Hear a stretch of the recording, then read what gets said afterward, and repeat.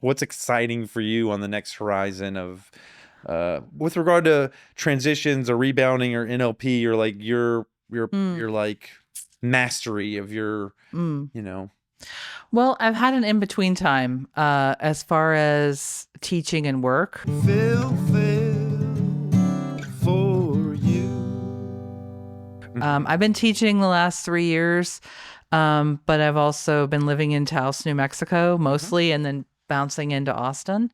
So what's exciting to me is settling back here full time, being here, and really being able to engage with the learning community again. And I've taught here, I've done public meetups, I've done full practitioner trainings. But I can tell it feels really different to be back and to be working again here. Yeah. So yesterday I moved into a permanent place for the first time. The last year and a half, the longest I've stayed anywhere was 3 months. So having more stability here is important, and I think it's an interesting time in the history of Austin and Texas and the United States and the world. Yeah.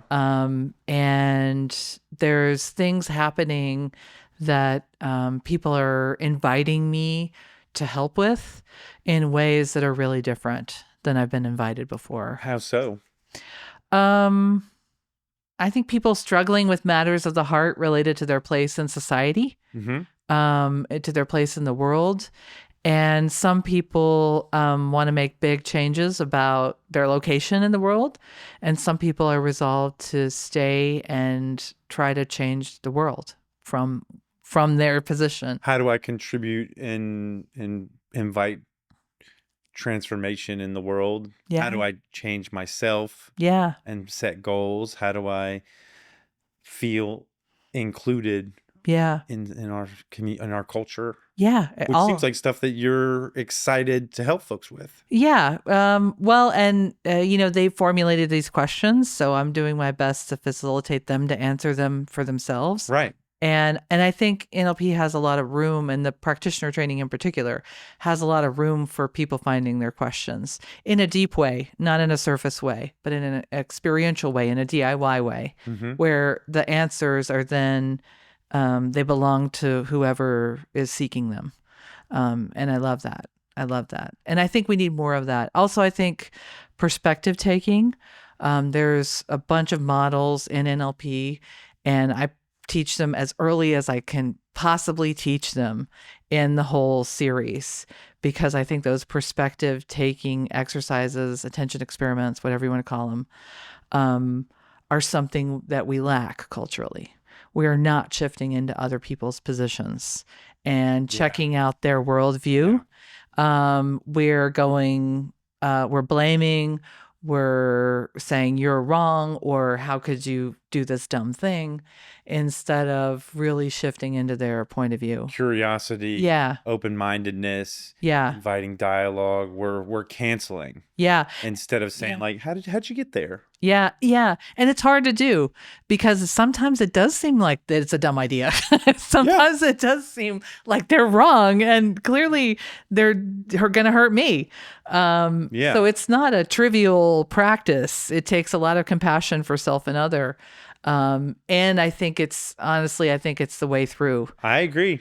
Yeah. Relating with folks that are different than you and have different viewpoints. Yeah.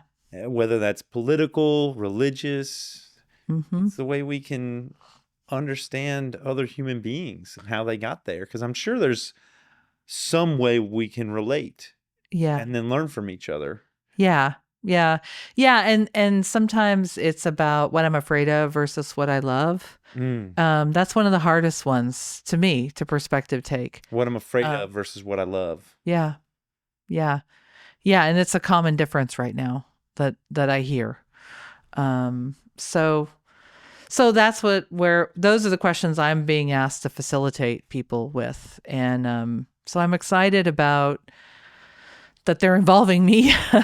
And think that, I might be able to help. And it's really, and I think Austin and the nature here in particular, and the vibe of the city does some really unique things for people who are asking questions like, "Who am I?